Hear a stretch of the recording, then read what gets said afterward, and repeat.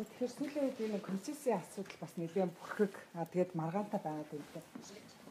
Тэгэхээр яг энэ өнөөдөр хэлсэн ажлаар яригдаад маргаан үсээд байгаа.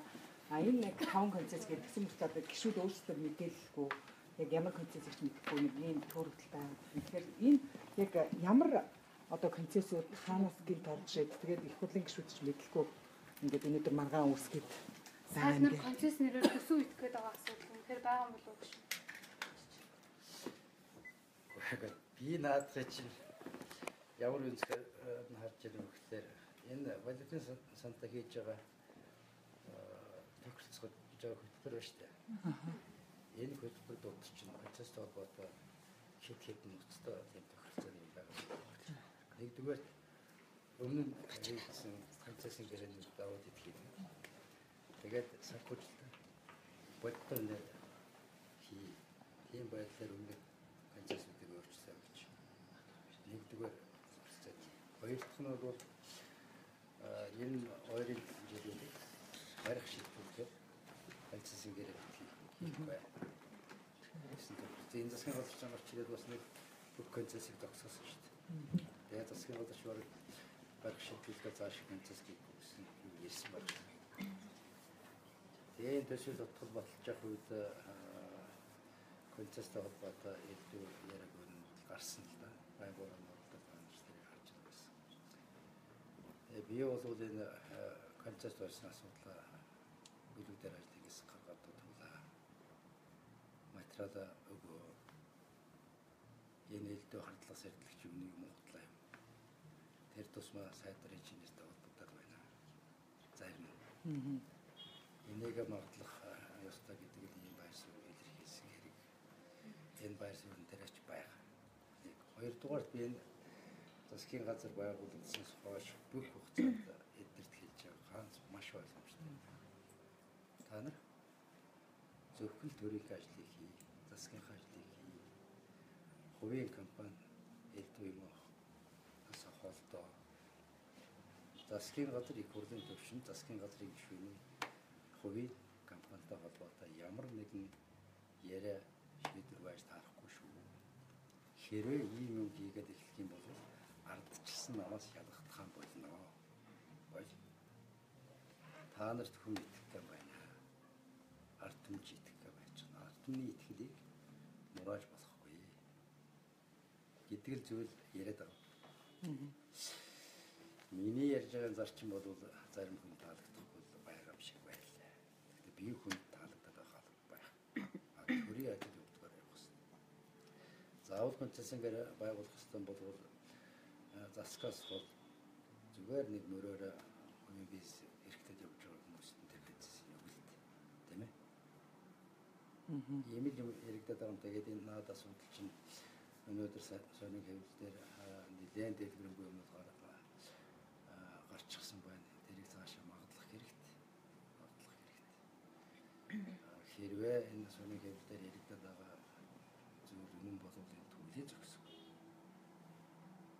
Алдаг засах хэрэгтэй. Ийм л байр суурь баримталж байгаа. Тэгээд бүлэгдээр ярьж байгаад нэг ажлын хэсэг байгуулагдсан шүү дээ. Засгийн байгууллагын чиглэлээр. Тэгэхээр юуг шалгалтын үг харандаа би энэ концесс гэдэг юмнаас их болгоомжлох болсон шалтгаан нөгөө л худалдаа хөгжлийн магтаа холбоотой дархны төмөлгийн үйлдвэртэй байгуулагдсан концессыг би нэг Тэгэхэд энэ жир нь аюултай юм хийгээд байгаа нь харагдсан шүү. 14 онд дархны дэмжлэгээр 30 жилийн хугацаагаар барих ашиглах шилжүүлэх гэдэг нөхцөл харилцаас хийгээд тэр чинь бол 30 жил бүхнээ уурсныхын өмнөр хийн. Тэгээд үйл ажиллагааны ашигаас зардал нөхөн 30 жилийн дараа эргүүлж өгнө гэсэн концепц байхгүй юу. Тэгсэн чинь 14 онд тийм гэрэг фортунтаа болчиход 15 онд тэр гэрэг өөрчлөөд барих ашиглах шилжүүлэхэд барих шилжүүлэх болгоод тэгээд 90 сая доллар нэг өдрийн дотор буцаад өгч гисэн. Тэгээд 1 км төмөр зам барьсан өртгийг харахаар 3.4 сая доллар. Шапалмодын энэ мардан гэрэг цаг өмнөөс зөөсөн гэх мэтэр ярих юм бол. Тэр Мойр карате хийжсэн гэрээгээр чинь бол 1 км төмөр замыг 2.4 сая доллараар барьж ирсэн байна. Тэгэхэд энд нэг жижигхэн мохор төмөр замыг хуучин хэрэгцээс бараг гарсан юмар хийж ичхэд 3.4 сая доллар буцаад авчиж байгаа. Тэрнээс надад ямар сэтгэл төрсөн бэ? Ихлээр энэ концепц гэдэг юмны цаана асар их зур босхоо явагдсан юм байна. Энэнийг хаалгыг авахгүй босхгүй юм байна гэж бодоод сая тэр концептын төлбөрт 40 тэрбум төгрөг төсвөр нэмж өгөх гэж ороод ирэхэд би санал болгож байгаа асуусан л да. Гэтэл дахиад ийм юм гараад ирэхдээ одоо миний дургүй хөрсөн ч гэсэн ярихаас байна яах. Би эцсийн дүндээ ганцхан юм яа. Энэ засаг шудраг байх хэрэгтэй.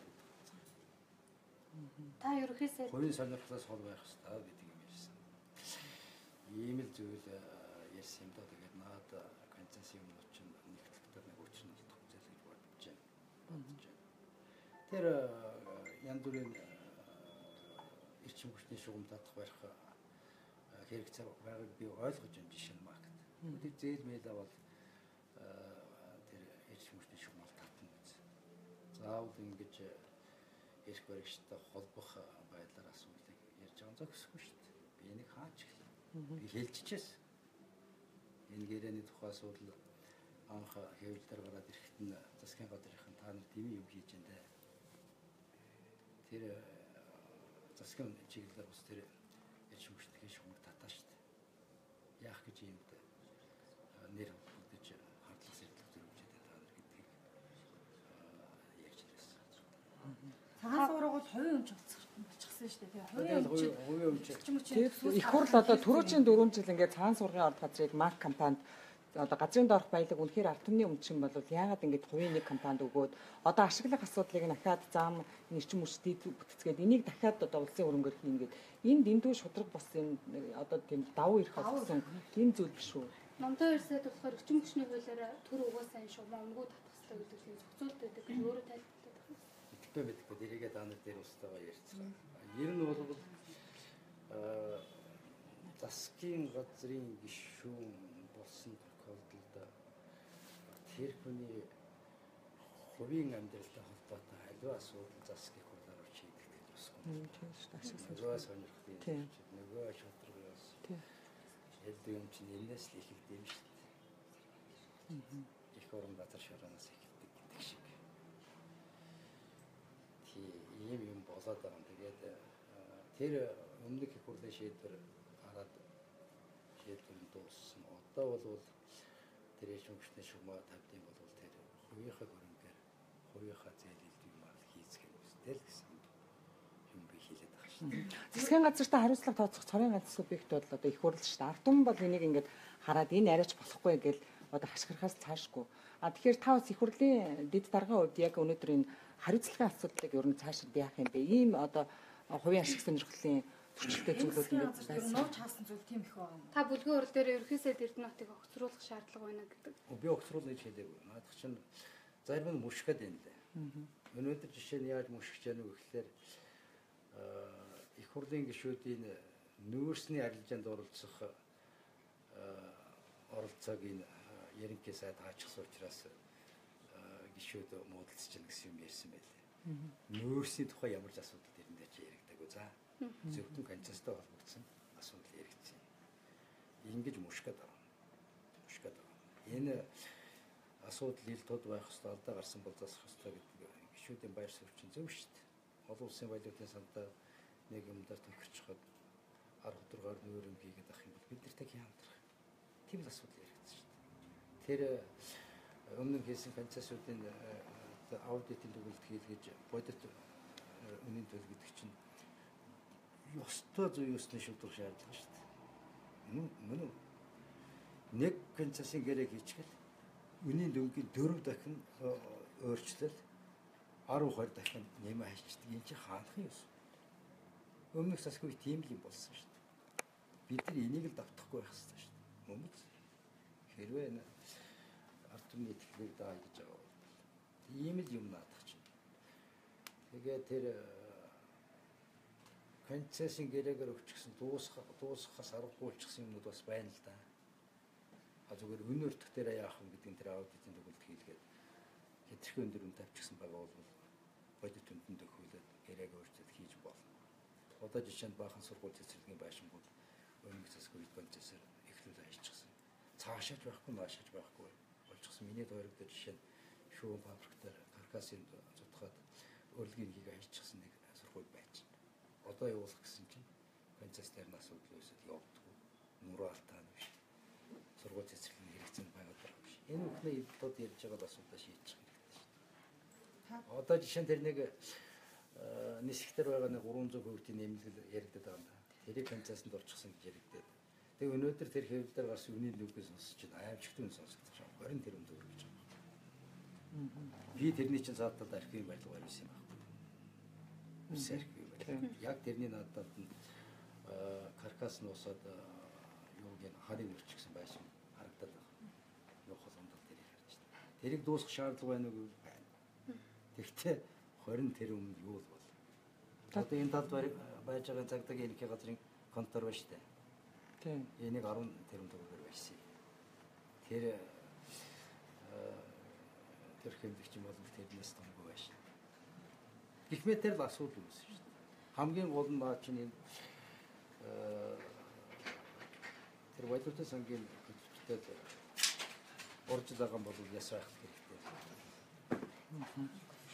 Та бүлгийн хурцаар мөнх бат шиг л байл да та нар үннээ л гэдэг юм яасан. Одоо та нар хов яриа. Ийм асуудал байгаа юм уу? Одоо яг энэ сад нар мэдхгүй байна. Тэр шалгалтын дүгнэл гараад байна. Ямар ч байсан концессийн гэрээг нь бичих хэрэгтэй. Юу хийчихсэн юм бэ? Тэгээд энэ хэвлэлийнхээ та нарын юуийг мушкаан хов эргүүлж ядгаа болох хэрэгтэй. Ховын бодтой баримттай юм үзэх хэрэгтэй. Гол юм бол валютын санхүү төвшин гэрэнээс болж болох. Захирлуудын зөвлөлийг хурлаа зарлчихсан. Байгуурны хурдаар бол аюултай маргаанууд болсон шүү дээ тийм ээ. Та нар харсан шүү дээ. Яг энэ концессийг төрж. Тэгээд элдв хов гүгээд. Тэгээд та нарын энэ хов жилчин нэг хурлын гишүүдийн хоорондох элдв юмнаас нэвсдэв шиг байна. Хардах хэрэг гэж та нар яриад байна. Тэгээ мэдээлэл ил гаргахгүй болохоор ингээд хүн үний юунд одоо ярьсанд нь ингээд итгэл өрөмжлөөр. Одоо бид нар тэр 5 концессыг хэдэн дөрөөр хэний энийг компани гэдэг мэдмээр биш.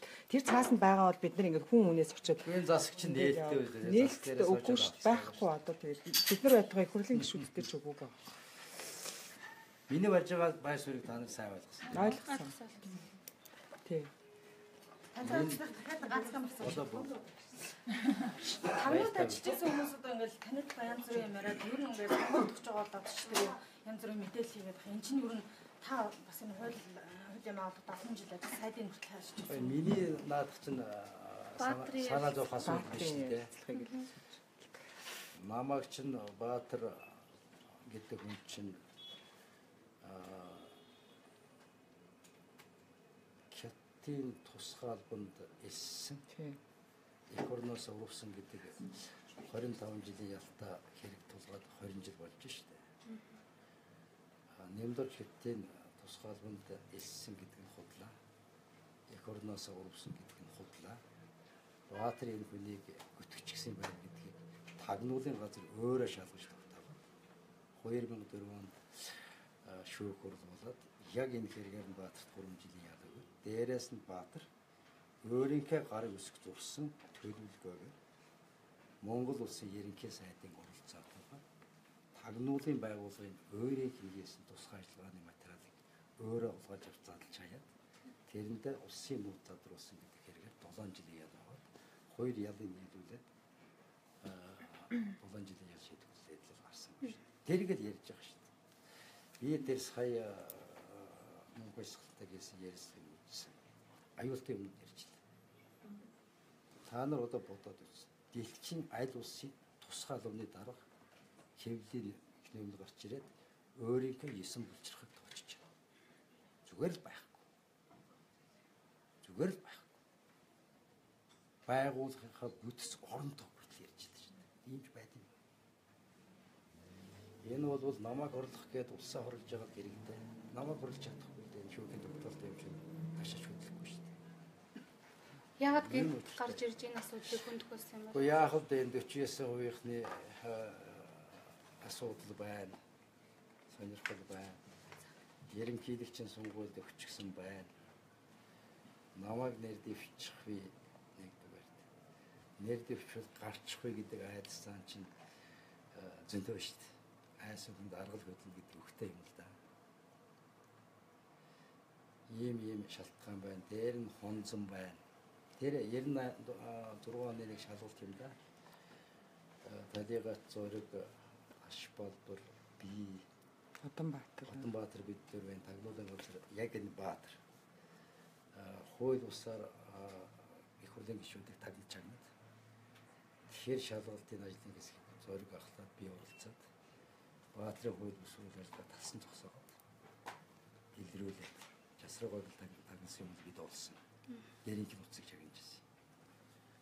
Тэгээд Баатарч ажлаасаа өгчихсэн юм шүү дээ. Тэр шалгалтын үр дүнгээр ерөнхийд цэвэр хариуцлага тооцоглоор ирэх баримттай үгээс учраас аюулгүй байдлын байгууллага гэж байсан нэрийн өөрчлөлт тагнуулын ерөнхий газар болгож өөрчилж Баатрыг ажлын аваад ингласыг тавьчихсан юм байна. Тэр гайтай шалгалтаас хойш 98 он даш болгох юм байна. Зураг алагдаад 99 он даш болгох юм байна. Яг шалгалтын дүн танилцуулах үед би чинь өгөх шахлаа шүү дээ. Би нэлээд уудсан. Сая тэр Баатрыг сүртэй ярьжлаа. Урдайлын тусгаалгын хүн хэлчихсэн чинь ухаалдаж унаад. Даваад оржинган бол архивчид цутгаад ухаалдсан хүнд цутгаад гэж ярьж байгаа. Одоо гэр чинь энэ болд байгаа л бол өчигдөр ярьсан инээсэн сууж л. Тэг чи хийвгүй би юм уу да тэгээд энд явж төрөмдөж 2000 онд миний үеэр бүрхэн болсон да. Ингээд Отонбаатрын биес муудаад элдвэр юм болсон. Даш болор анд байхдаа за наадны шалгалтаас ч болж бид нар бүгдээр аваадарлаа та гэж хэлсэн шүү. Ажуулсан байсан хүн бай бодорч. Үнээр хин ийм болж ирсэн. Тэгээ 2000 онд чинь намайг сайдуулах юм Баатар өөрөө мөндөр шидтэй тагнал гэсэн бичиг багванд бичээд тэрийг багванд өгөөд хэрэглэгчд. Тэр үед энэ ш дарга энэ баяр үед намайг дуудаж ийм өргөдлөрсөн байна ямар учиртай юм гэхээр наадах чинь надтай холбоотой юм байхгүй. Энэ 10 айлын өөрийн зохион байгуулсан ажиллаа. Ерөнхий сайдын даалгавраар тэрийг гэж хэлээд би томилогдсон. Тэрний дараа чинь ноцтой гэрэгт намайг бүтгэхэд байгаа байхгүй. Цэвэрлэх их орноос уруусан гэрэг шүү дээ. Өөр улсын тусгаалуун дэснэ гэдэг чинь их орноос уруусан гэрэг. 25 хэмжээний ялтай. Тэгээд энэ Баатрын асуудыг яах юм бэ? За яшиг орхиж. Энэтэй зовлож яах вэ гэдээ орхичихсан байсан чи 2003 онд нөгөө баах материал нэг далаагаар тараалгаад ингээд өргөдөл гаргахаас уруусан. Тэгээд тэр үед чинь бүх юм шалгуулсан асуудал шүү дээ. Одоо яах вэ? Тэгээд сонгуульд өгчихсөн байгаа юм чинь хаалт бас зарим хүмүүсийн зөрхний элдвэн бодолж шүү дээ. Та ерөнхийлөгч нэр дэвших үү? Таныг дэвшнэ гэж айж байгаа хүмүүс ямар хүмүүс? Хоёр намд айлаа. Та сонгоод нэр дэвшүүлэх. Чи би миний хүсэл шийддэг асуудал биш түм хэлж шүү дээ. Тийм л дээ. Тэгэхээр намаас Нам дэмжлэг өгвөл та дэвшнэ гэсэн үг үү? Одоохондоо би хариулт хийж байдаг. Би чинь янз бүрийн нөхцөл харах шүү дээ. Ер нь бол энэ Эрдэнэтийн төвчээс хувийн асуудлыг хөндөж ярьж байхаас эхлээд одоо энэ зориг агсны амь насны хөлөөс нь хэргийн бодлонтой хуулийн ажиллагааны талбарт ярихлаар ерөнхийлөгч болох гэж ингээд байна. Надад бол аливаа үйл хийхдээ бол албан тушаал биерээс боддог юм шүү дээ. Хизээч би энэ асуудлыг албан тушаалтай ерөнхийлөлтөд холбож байгаа. Энэ жишээ нь 10 онд юу ярьж ирсэн юм шүү дээ. Төмөр зам асуудлыг ярьж ирсэн юм шүү дээ. Тэгэхэд ерөнхийлөгчийн сонгуулийн асуудал байхгүй шүү дээ. 9 онд явагдаад дуусчихсан байсан шүү дээ. Бүтэн 6 жилийн дараа төрийн төмөр зам асуудалд анхаарал хандуулж эхэлсэн дээ. Тэгэхээр өнөөдөртөө миний хэлэх юм бол энэ миний хийгээд байгаа юмыг бол энэ сонгуул Монголтой битгий холбоорой. Тэгж ойлгож хэрэггүй. Энэ усыг зэгсэх шаардлага байна. Тэр ерөнхийлөгч байна, их хурлын гишүүн байна. Дэд дарга юм босгоо байсан. Үндсэн хуулийн зарчим цэмээр ануурсан. Хэсэг бүлэг хүмүүс гадуур шийдвэр гаргаж энэ ард түмний хөвзөндөө сандаасан. Төр нь төр биш болсон. Энэ элдв юм чинь талсан зогсоож энэ эрүүл хэвийн төртөө болох шаардлага бол өнөөдөр аминд тулсан асуудал. Би энэний төлөө яваад байгаа юм. Одоо жишээ нь зоригийн 8 насыг охиросон гэргийн хэрэг хотголд нь орохноо хувийн ямар шаардлага байна. Арга ядал нэг хэдэн чавганц дээлтэйг хадаад үйлэлгүйгээд байдаг. Төр нь нэг хэсэг хүмүүс хэтэрхий дээлхээр нэг хэдэн хүн амьдрал нүдэн дээр сүрээд байгаа учраас чинь энэ шүүх гэдэг юм чинь байхгүй болчихар чинь прокурор гэдэг юм байхгүй болчихлаар чинь байгаад харж байгаа. Ийм юм гэж энэ юу вэ? Тэрэндээ хурж ярих юм бол энэ хуулийн байгууллагуудын талаар элдв юм ярих ёс суртахууны сурын ганц зэрэгтэй хүн биш үү? Яагаад гэвэл би энэ системийг тулгуурлаж ирсэн. Энэ системийн бүх хуулиудыг би өөрөө зүтгэж батлуулсан. Нүдэн дээр миний батлуулсан хуулиудын зарчим нурж явахсаа би байсуулж чадахгүй шүү. Гэхдээ ингээд яриад ихсгэлээр ерөнхийлөгч болох гэж байгаа юм хаалгаа. Ядаргаатай байна. Энтэй холбоогүй. Одоо та нар хаа. Өмгөөлөгч гэдэг юм зөвхөн байхгүй болчихлоо. Ийм байлгуус. Одоо та нарыг ингээд гэртээ сууж явах чинь дүүгээ чинь огт хийгээгүй хэргийн төлөө нэг өдөр хуулийнх нь 20 хүн ороод барилдаад яв. Тэгээд өмгөөлөх ирэх байх. Энэ болчихлоо шүү дээ. Тэгэхээр энэ улсад чинь төрийн дампуурлын аюул байгаад байгаа учраас энэ юм яриад байгаа юм. Одоо маань гүнгийн гишүүдийн зарим ч гэсэн надад гомдож байгаа шүү дээ. Панцас мэдээс яриад. Одоо гомдлон үз. Нэг хүн гомдож би гомдох бол асуудал биш. Цаад талд төрийн зарчим биш. Гараад бас гэсэн төрн нэг төр шиг гар дэрэгд нарг дэрэг шиг аюулгүй айдсгүй элдв хувилдан нүдээр үзэлгүй байх чинь зарчим байх шүү дээ. Зүгээр сая бол энэ тэр Баатар матрын юм чинь Баатар зүгээр тэгээд нэг байгаа биш. Ер нь нарийнда бол энэ 49 хүний асуудал яриад гэсэн сууж намайг зогсоох гэж өртөө аргаар их үзэж байгаа. Зөвхөн надтай жишээ нэг нэгэн гишүүнтэй нэг гишүүнтэй наад зах нь 3 байдалж байгаа. 3 байдалж байгаа. Өөрснөөч ярьж байгаа. Хоёр талаасаа сүлбэж гисэн. Тэгээд дээрээс нь зоригийн хэргийн шийдвэрс амнаас өгсөн хэргийн шийдвэрийн талаар яриад ирэхээр намайг дарах юм процесс явуулж байгаа юм да. Би 2 сарын өмнө тагнуулан байгууллагын удаагийн зарим удирдлага 92 онд энэ газарт ажиллаж байсан хүний дуудаж Нэмдоржийн 92 оны урагшаа явсан асуудлын талаар олигтайх юм байхгүй мө гэж асуусан мэдсэн. Тэгээ би тагнуулын дараад нь та нар намайг оролдох гэж олигтайх юмар оролдоо. Олигтайх юмар оролдоо. Энэ хэрэггүй юм чинь шүүхийн шийдвэртэй юм. Над бүх материал нь байна. Энийгээ та нар юу ч хийж чадахгүй гэж хэлэл гаргасан. Аюул цаатад нь яаж харагдаад байна вэ гэхээр энэ хуулийнх нь давраад ирэхлээр төрийн тулгаан гаргадаг. Хуулийн нэрвэж төрийн тулгаан гаргадаг. Энэ эвгүй юм Монгол бий болох гэдэг учраас энийг би хийх гэж байж болохгүй гэж би өөрийнхөө хамгаалдаг хуулийнхны дургүй хөрөсөнийг одоо ярьж эхэлж байгаа. Аливаа юмд хэмжээг хязгаардаг. Хуулийнхын жишээд том даргад биш. Төр хуульд үнэлж байх хэрэгтэй. Төр хуулийг л хамгаалах хэрэгтэй. Том дарга хууль бус шийдвэр юм санаа хэлэхэд би наадах чинь чадахгүй гэж хэлээд хөндлөн хэвтчих хэрэгтэй. Тэгжээж наад хууль гэдэг юм чинь би. Тэгэхээр одоогийнхан юу хийж яах вэ гэхээр том дарга даалгавар салхи шиг дагаж байна. Хууль үнж жоох үндсэн зарчмаа эдгээр алдсан. Одоо жишээ нь улсын прокурорын байгууллага газар мөрдөн байцаалтай ажиллагааг удирдах ямар ч арга эднэрт байхгүй. Мөн үү? Мөрдөн байцаалтай ажилд хяналт тавиад хавцдаг хэргийн юм шиг.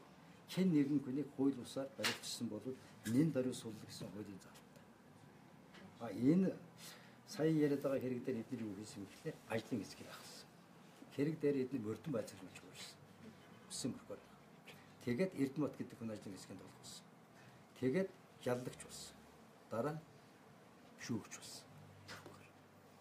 Шүүхийн хуулиар гаргасан шийдвэрийг дав залдах шатны шийдвэрийг прокурор тайлбарж яана гэдэг чинь үжээ шүүгч болж яана гэж даалгав. Ийм цалиггүй юмнууд хийгдэж байгаа учраас миний хамгийн хайртай байгууллага надад прокурорч. Би 10 жил энэ байгууллагад байж мэргэжлийн хөтөлбөр болсон. Хоёр хуулийн би өөрөө батлуулсан юм шүү дээ. Хамгийн сүүл сая цалингийн нэмдэг юм чинь би өөрөө зохион байгуулж хийлгэсэн. Тэгж яхад эднэр төрийн зарчимдаар төрийн хууль дээр үндсэн хуулийн зарчимдаар гიშгэж байгаа бол би хэлбэгээ хэлж л таарна шүү дээ. Одоо наа чи намайг 2 хоногийн өмнө нэмд оржиг мөрдөн байцаалтын нууцаадаг болсон гэдэг өргөд бичээд өгөөч гэдэг тагнуулан байгууллагын улс их хурлын гишүүн байсан бол уцаар ирсэн байл. Буйнараа бол. За баярлалаа. За баярлалаа.